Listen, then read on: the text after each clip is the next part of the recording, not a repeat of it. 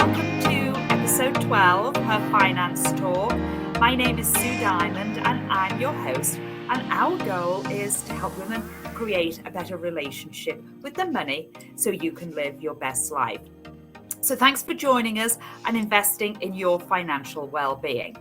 The Her Finance Talk is brought to you by the Her Finance Club, and our mission is to socialise the idea that it's okay for women to talk about money because knowledge is power, and when that knowledge helps you become more independent, it translates to empowerment. Women empowering women is a mantra we love to live by, and one that has helped inspire women for decades. So where would we be without each other? So let me welcome back our guest today, Katie Wilson, wealth advisor and founder of Nourish Wealth Management. Thank you for joining us today, Katie. Yes, my pleasure. And just letting the listeners know, I'm sure many of them saw episode 1. You were our first guest on Her Finance Talk, and I'll just give them a quick intro, but I think it's for nearly 15 years.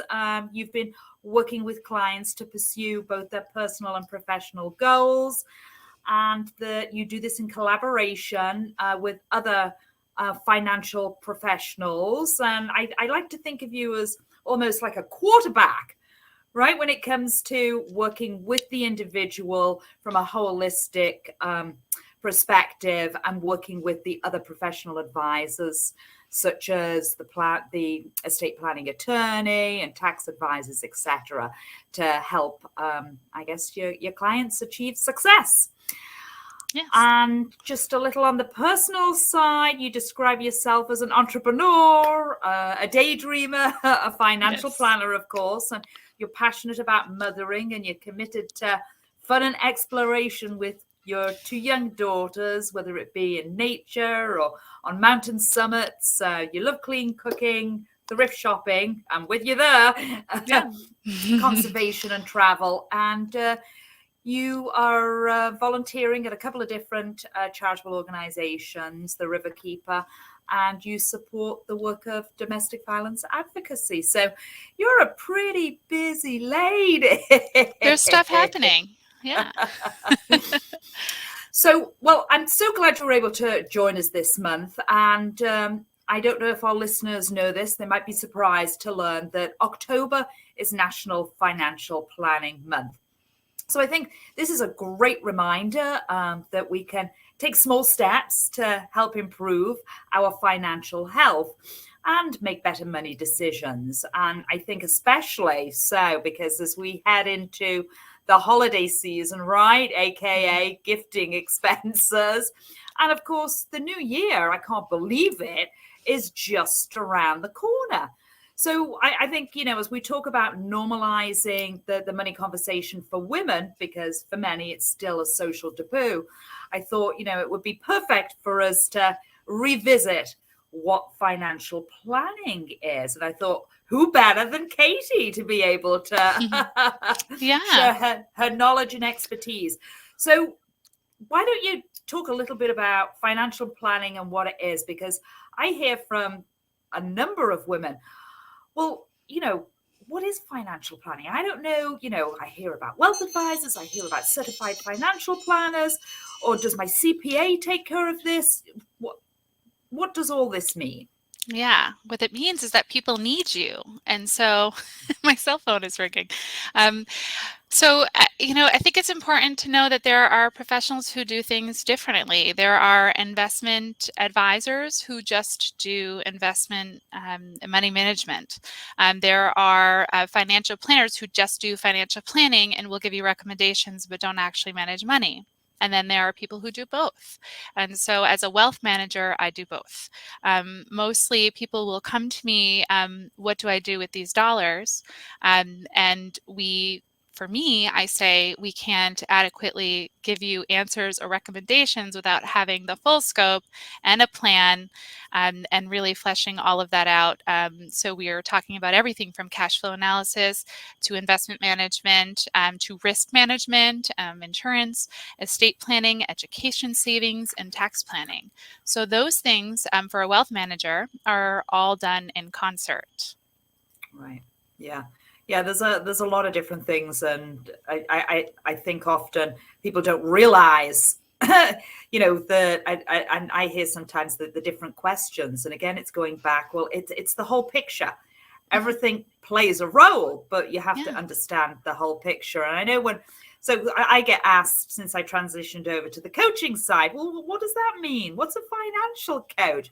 So I like to use the analogy that I'm like a sports coach, except I'm a financial coach that, helps teach you knowledge and the knowledge and skills that you need to play the game, so you can kind of create those healthy habits to improve your performance. And I'm there to encourage you from the sidelines. So it's kind of the same idea, but it's a much different game. And people are like, oh, Yeah. okay. Yeah, we can all kind of plug in, right, in little different Right, ways. And right. So one of the other things that I hear from clients often is, I don't have enough money to start investing, or, I'm not ready to meet with an advisor because I don't think I'm at that stage yet, or, I don't feel prepared to meet with an advisor. And I think it's important for our listeners to understand that regardless of your age and regardless of your income, that planning is not just about retirement. So if you want to talk a little more about that. yeah, so the retirement is a good place to start, but it's not really the first place to start. It's a great way to automate savings, but there are other ways to do that too. I think it's important to start with just saying that you're never too young or too old to do financial planning. And it's really about trying to understand what your focus is going to be, what we're actually planning for. Because if you don't know where you're going, any road will take you there. So this is about having control, taking control. So we hear often there are coaches for many different things, and so what they're doing is trying to help you hone your skills. So if we do that here, we really want to talk about not just the money, but about what it buys us and the lifestyle that we want to have. So in that way, I would argue that any person of any age needs to think about financial planning. And so what they're thinking about may be a little different, and how they're planning may be a little different. But I would argue again that everyone can put some attention here. They don't have to be, terribly complex plans. You really just need to call some awareness to your situation, to whatever it is you have now. It's income, it's maybe some savings, maybe not some savings, some retirement savings, and inherit, whatever it is that you have, total resources, bringing awareness to that, bringing awareness to how it is you spend. So often in my work and outside of my work, people aren't doing those fundamental steps of creating awareness and being honest with themselves about where things go. And that's honesty and awareness without judgment. Because people get paralyzed as soon as they either self-judge or someone else is judging them, right? So you kind of drop all that at the door, understand what's happening, number one, right? And so creating some awareness and organization around what is currently is pretty overwhelming even. Oh, yeah. Right? So that, again, if that paralyzes us, there's ways to try to lower the activation energy to get started there. One of them is just like hiring someone to do it, right? So you can work with a partner, or you can dedicate time aside to just try to self-teach. There's so much great information out there for free now, but do you have the time to do that? And so I think what we're hoping to do today is to try to give our listeners a few ideas on what they can actually do to propel themselves forward. Right. Yeah, I like to think in terms of when I think about planning, because obviously, as you've just mentioned, it's not just one focus in terms of future financial security. There are lots of other things that go with it. But when I think about decisions that I make, I base them on whether they boost or block my values. So it's kind of, if you're not sure about something, it's like, well, does this tie in? And I think the most important thing to remember here is that the process, it's about you and what's important to you, right? Mm-hmm. And what's important to your family. And I think that also ties in. I hadn't read anything of Carl Richards in a long time, and you had piqued my memory in regards to Carl Richards' one-page financial plan and the behavior gap. And I just love that. I don't know if you want to kind of add to that, but I think it's so I think, again, we go back to, the mindset, and we become very overwhelmed very quickly trying to think about all the different things that might fall into play with financial planning. And I just think this one-page financial plan just says it all and can give you peace of mind and reduce your stress and all those other things. So I would say the book is a really great place to start. Sometimes I will have people who call that it doesn't make sense for us to necessarily work together, but I say you might benefit from talking or reading these books. And Carl Richards was introduced to me by another financial advisor who I highly respect. And the idea isn't necessarily that everything in all those different areas of our life, financially speaking, fit onto one page. But it is that there is a summary there that you can extract from all the different pieces to try to keep you focused and keep what's important in front of you, including first your values and your goals. And then the rest of it, how to actually get there, is a little more involved, right? But we can take away some action items from the planning that we do. And so I really like his books because he uses like Venn diagrams and really cute little sketches. So the one of them is about financial planning and the other one is about the behavior gap, and how we really don't need to be that sophisticated. And this is not to discredit really great financial analysts and money managers, but you don't need to be that sophisticated and in there doing complicated trading strategies to be successful. And so you certainly don't want to be timing the market. I think that many advisors know that is what we are hired for. We're paid to try to keep people on track. I had one of my top clients, very concerned over Chinese debt. And we were talking, and it was not that we had to implement some trade in their account. In fact, it was just the opposite, that this is noise. So let's understand that you have a very well diversified portfolio and that it is very much aligned with your goals because you've been intentional about this. You took the steps to do the plan. And so we're not going to go crazy about this. There's nothing, in fact, for us to do as a reaction.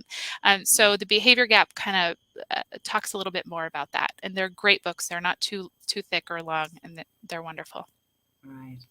Yeah, I think, as you talk about intentional, that kind of goes back. And I think we talked about this earlier this year on the first podcast in terms of COVID and how people were reacting and when they were seeing the market going down. It's like, oh my God, I need to sell. And it's like, hey, it goes back to, this isn't a get rich quick scheme. That's right. This is long-term planning, and your money is in places in line with what your goals and your values are. So, right. And I think it makes it so much easier when people can align those two, because it makes so much sense. Because if they're not doing that, then you do see a lot of people, they're dropping what they have invested and moving on to something else because it's not really tied to any other planning. So they're making emotionally driven decisions. Yes. And we do that as humans all the time.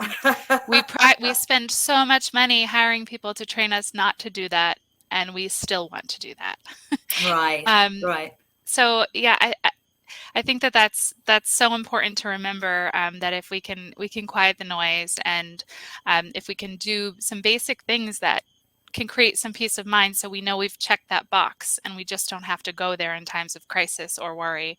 I think that's important. And some of the very basic things, if we may dive in, is to, make sure you have your cushion. That's number one. Your emergency savings should be somewhere between 3 to 6 months of what it costs you to live after tax.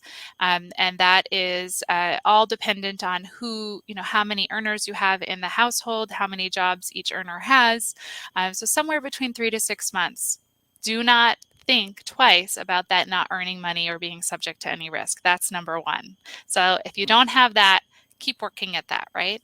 And that's not to say that we are not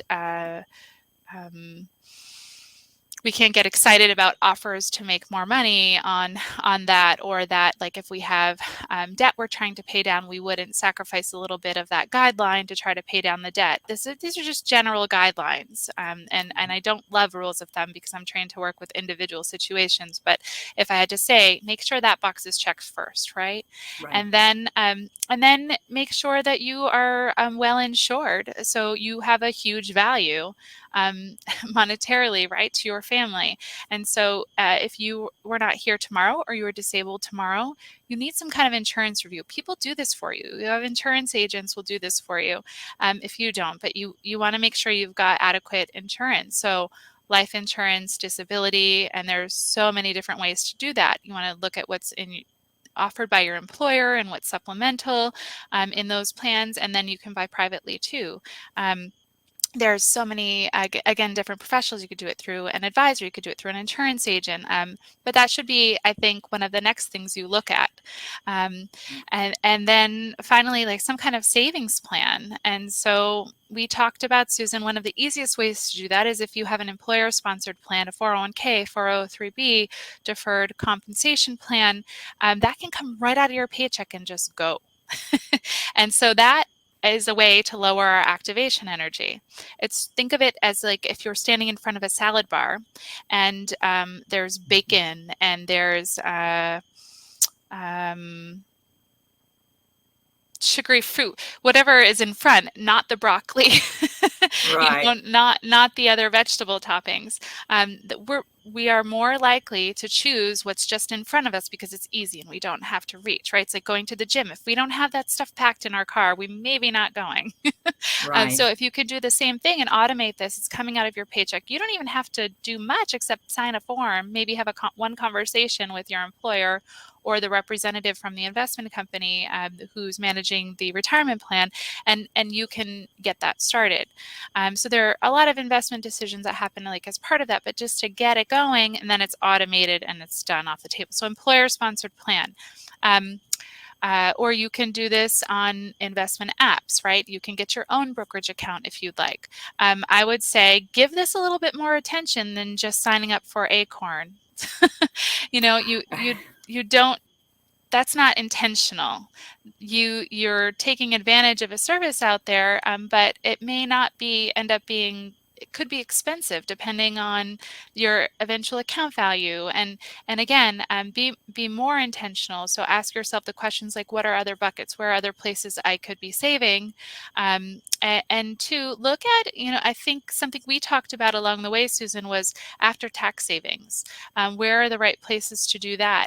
If you're under 50 years old, I found in my practice, and you're not earning more than $500,000, start to ask the question of whether or not it makes sense to be doing some after-tax savings. And if your income makes you eligible, you're not earning too much, then you can utilize Roth IRAs. You can open one at your bank. You can open one with a financial advisor on your own.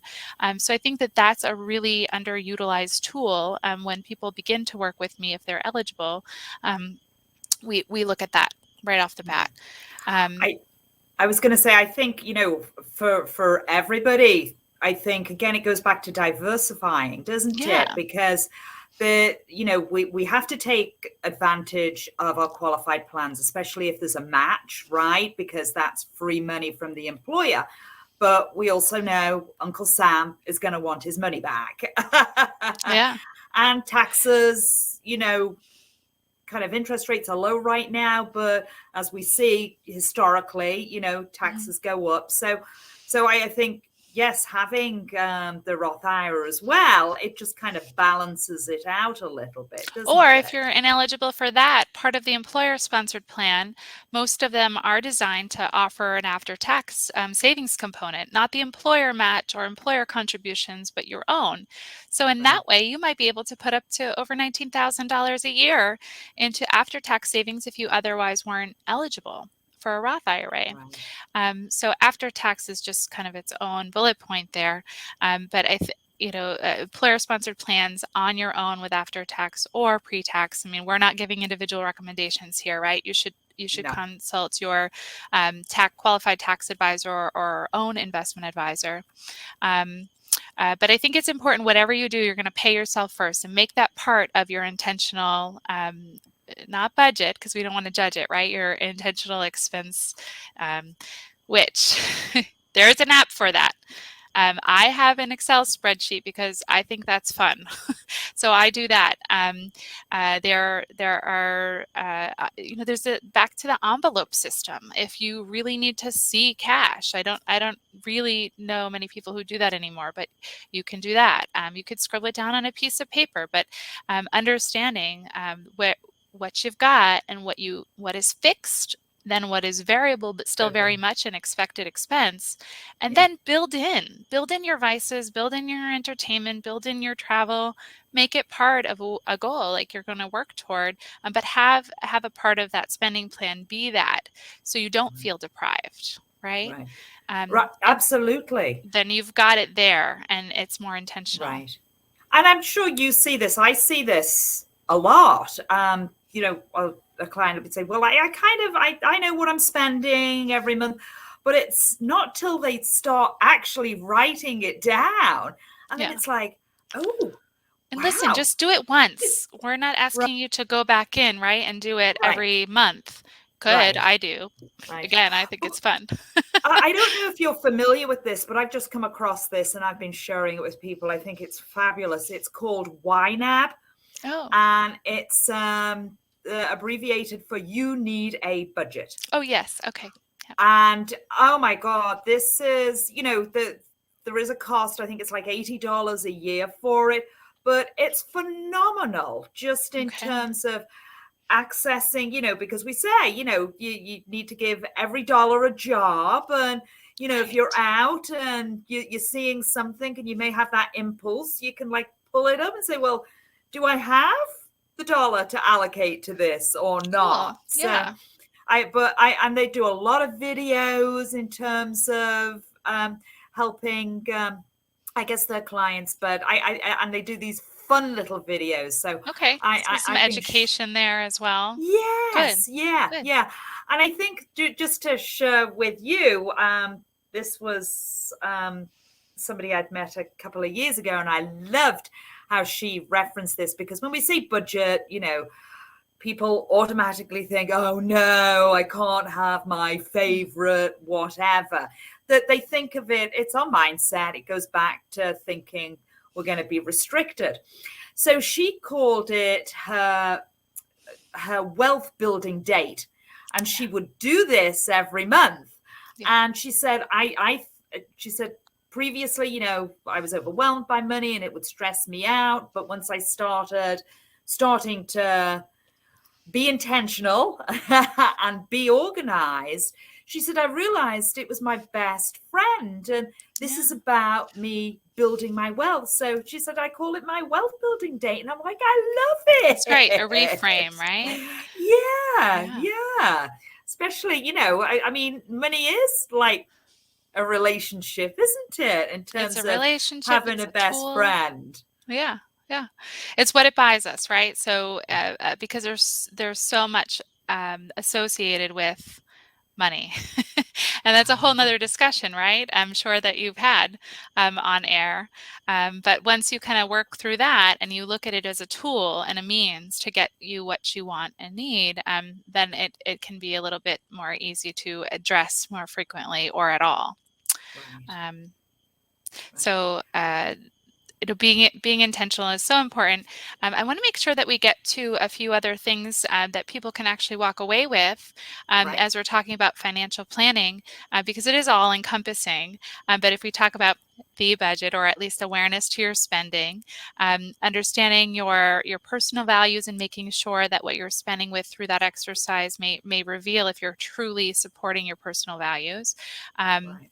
And knowing that we're not just planning for future goals, we're trying to live a lifestyle now in our current position. That is, for me, it's always like wellness is part of it. Health, supplements, like all of these things is part of my family values, education. And so beyond that too, we talked a little bit about risk management. Another actionable item though, do you have a will? This is especially important for parents with children. And they say, well, we're just getting started building our wealth and we don't, we have the house, but well, that's an asset, but also your kids. So you can speak with an attorney or go onto a legal platform. I always suggest considering a local attorney. So you, number one, have a relationship with someone should you ever need it. And number two, they can be really intimate with the specific state laws and doing that. So you can, leave with wills, living wills, and advance directives, powers of attorney that can be put on or turned off in very specific ways, healthcare proxies, so that especially for adult children who don't live at home and do not have partners, I think that that's really important. So that should be on your checklist too, like do your budget, right? Or do call awareness to your spending, have an emergency fund, check in on your insurance, commit to meeting with an attorney or looking at, what kind of estate planning documents you do or do not already have. Right. I was talking to somebody last week, and she's a professional woman, and one of the things I'd mentioned to her, and she has younger children, was a will, and she's like, oh, I know, I'm really bad, I haven't got around to it. And I'm like, I just to heighten your awareness, there is a plan for you, but it may not be the one you want, because the state will step in and make a decision about your kids' lives if the parents are no longer around. So if you haven't done your due diligence to make sure your kids are supported with who you would like them to be with. And she was like, oh my God, she said, I never thought about that. And then suddenly it becomes a little bit more important, right? Yeah. And it's the same for when we talk about planning for over the ages. It's beneficiary reviews. So how many times do we change jobs and leave the old 401k, or we're divorced and we never took husband's name off, or I think that probably doesn't happen as often, I don't know. But then, we have new people in the family. You just have to audit that every once in a while. Right. So beneficiary reviews so that nothing unintended happens, or in that case. And then, of course, life insurance and estate planning kind of work hand in hand for parents. And that's why I think it's so important, not necessarily as a plug, but like hiring a certified financial planner or a wealth manager that can help you kind of think about all these things together. Right. And I have people call me all the time. I just had a conversation yesterday that I'm just looking for a second pair of eyes. I think I've done my job. And so we talked for a half an hour to try to learn about each other. And it turns out, wow, I think I really need to work with you, because he thought he had done his job, yet so many of these planning concerns were left unconsidered. So you may be doing a really great job at your career, at parenting, and this is just not the thing that you've put your time into, but could have huge consequences if things don't go according to what's up here. Right. And I think, as you had mentioned, I still see, or had seen up until recently, that many people did forget to change the beneficiary, especially when they got divorced. And they were like, but that's okay. I changed my will. I said, it doesn't make any difference. Your insurance policy is going to override. And they're like, really? And I'm like, oh, yes. So Yeah. it's all those little nuances that people don't always realize. But I think just to add also, because I went through this last year, I think also when you have aging parents, it's really important to have that discussion with them in terms of their end of life and what their wishes are. And I had to do that with my father. And I think a lot of people tiptoe around it. But, you know, you don't want to have to be responsible for making decisions and you're not sure what they want. Because when I asked my dad, you know, I said, well, if you had a heart attack and, you know, you were in a coma, what would you want us to do? And he's like, I don't know. And I'm like, well, you know, well, if you don't know, how are we supposed to know? And there's 4 of us. So we could all have our own preconceived, you know, notion of what we think he would want. And then 10 to 1, none of us would have the same preconceived notion. Yeah, so he'll get what he wants, right? And also spare you all the decision making. Yeah. So I just think that's really important for, you know, especially families. Women, because we often end up in the caretaker role. That's right. Really know what mum and dad want. That's right. And I'm glad that you mentioned aging parents, because something we didn't get specifically into, but I think managing money for our lifetime is important. So longevity risk, but probably the second and maybe even as equally important is morbidity risk. So long-term care. So, you know, think about and be talking to somebody about having some kind of long-term care plan, whether it's self-insurance or an insurance or trust planning. You've got to address that too, particularly, you know, in that sweet spot where you're still well, maybe some cash flow has opened up because education for your children's out of the way. Your parents are probably starting to age and maybe need their own long-term care, and you're close to like sitting into a very real tough situation. So oftentimes that's reactive. But I would say if you're in your early 50s, it's time to start looking at that. Different professionals will guide you to different ages and looking at long-term care coverage, but it's absolutely part of the insurance umbrella that is critical to consider. Right. Well, this was great, Katie. Again, you know, time just flies. Yeah, there's so much to talk about. There's so much to talk about, but I will definitely have you come back and we can look at another aspect of financial planning to discuss.